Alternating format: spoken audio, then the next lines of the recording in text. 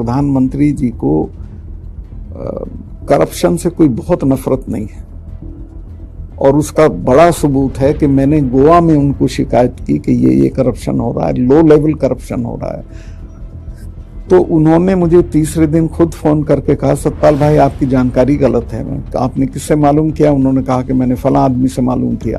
मैंने कहा ये तो खुद चीफ मिनिस्टर के घर में बैठ के पैसे ले रहा है, और अल्टीमेटली 1 हफ्ते में मेरा ट्रांसफर वहां से कर दिया।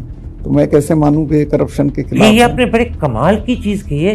आपने कहा मैं सेफली कह दूं कि प्रधानमंत्री को करप्शन से कोई नफरत नहीं है। मैं कई केस बता सकता हूं। मैंने एक आदमी का केस बताया कि उसके ऑफिस से फोन जाता है कि पीएमओ से बोल रहे हैं, फला मतलब जितेंद्र सिंह के यहाँ से, कि हमारे मिनिस्टर को कांटेक्ट करो।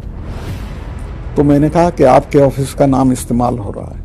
तो उन्होंने अमित शाह को कहा, अमित शाह ने मेरे से तस्दीक की। मैं कहा हाँ बिल्कुल ऐसे ही है, और ये मतलब मुझे चीफ सेक्रेटरी ने भी बताया, आप उससे पूछ लें। लेकिन जितेंद्र सिंह तो वही है जहाँ थे। Let me tell you the facts. CRPF people asked for aircraft to ferry their people because इतना बड़ा कॉन्वॉय कभी रोड से नहीं जाता। आपसे पूछा था? जी, आपसे? ये मेरे से नहीं, जो जिससे कंसर्न थे होम मिनिस्ट्री से पूछा, राजनाथ जी के यहाँ। They refuse to give. अगर मेरे से पूछते तो मैं एयरक्राफ्ट देता उनको, कैसे भी देता। 5 एयरक्राफ्ट की जरूरत थी सिर्फ, उनको एयरक्राफ्ट नहीं दिया गया। ये इंपॉर्टेंट चीज कह रहे हैं। होम मिनिस्ट्री से इजाजत मांगी एयरक्राफ्ट के लिए, and home ministry refuse to give. Yes, and I told it to the prime minister same evening कि ये हमारी गलती से हुआ है, अगर हम एयरक्राफ्ट दे देते तो ये नहीं होता। तो उन्होंने मुझे कहा कि तुम अभी चुप रहो। मतलब प्राइम मिनिस्टर ने कहा कि हमारी गलती के बारे में मैंने उनको कहा कि ये हमारी गलती है, और उन्होंने कहा और मैं ये बोल भी चुका था 1-2 चैनल को या इसको। तो उन्होंने कहा ये सब मत बोलो, ये कोई और चीज है, हमें बोलने दो। मैंने ठीक है। This is again very important. जब आपने प्रधानमंत्री साहब को उसी रात कहा था कि ये हमारी गलती के कारण हुआ है कि इन्होंने एयरक्राफ्ट मांगे थे, आपकी होम मिनिस्ट्री ने इजाजत नहीं दी, और प्राइम मिनिस्टर कहा इसके बारे चुप रहो। In other words, don't let people know we made a mistake. Doval ने भी मुझे कहा कि ये मत बोलिए, आप चुप रहिए। किसने कहा आपको? डोभाल, अजीत डोभाल। उन्होंने भी कहा? वो मेरे क्लास फेलो रहे हैं, तो मेरे से कुछ भी बात कर सकते थे। उन्होंने कहा सतपाल भाई ये मत कहो।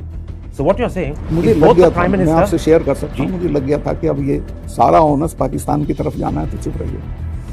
मतलब ये एक तरह की सरकार की चालू पॉलिसी थी कि blame Pakistan, and we will get credit, and it will help our election.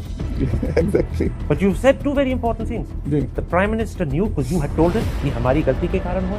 मुझे बिल्कुल याद है, he was in national Corbett park, अपना शूटिंग करा रहे थे। वहाँ फोन नहीं होता है, वहाँ से बाहर निकल के ढाबे से उन्होंने मुझे फोन किया, सतपाल क्या हुआ? मैं साहब ऐसा ऐसा हुआ, मैं तो बहुत दुखी हूँ, सिर्फ हमारी गलती से हुआ, अगर हम एयरक्राफ्ट दे देते तो ये नहीं होता। तो उन्होंने कहा कि इस पर चुप रहिए। वो आपसे ये सुन के बहुत नाराज होंगे, याद रखिएगा। हाँ, मुझे तो क्या कर सकते हैं, मरवा मुझे नहीं सकते, टप्स मेरे पे ज्यादा हैं। कम्युनिटी मेरी बहुत बड़ी है, छेड़ नहीं सकते, इनकी दुर्गति हो जाएगी। और मेरी कम्युनिटी में किसानों के इशू पे बोलने के बाद मुझसे इतनी हमदर्दी है कि जिस दिन मुझे छेड़ेंगे इनको पता चल जाएगा, ये लोग पब्लिक मीटिंग नहीं कर पाएंगे कहीं। अच्छा, वैसे मेरे पे कुछ है नहीं, मैं फकीर आदमी, किराए के मकान में रहता हूँ, प्रॉपर्टी मैंने बनाई नहीं है।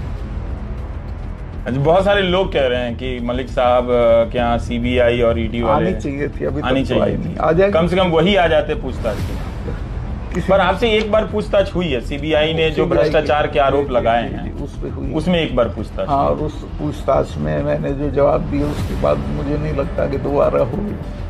आपको नहीं लगता? क्योंकि आपने कुछ ऐसा कह दिया। मैंने बताया कि वो सारे लोग जो इन मामलों में इन्वॉल्व थे वो सब प्रधानमंत्री के नजदीक थे। सारे लोग थे प्रधानमंत्री के नजदीक थे। उसमें अंबानी था, उसमें राम माधव थे, उसमें हसीब ड्राबू था, जिसके लिए जब भी मैं इनसे मिलता था तो ये पूछते थे हसीब से मिले कि नहीं मिले।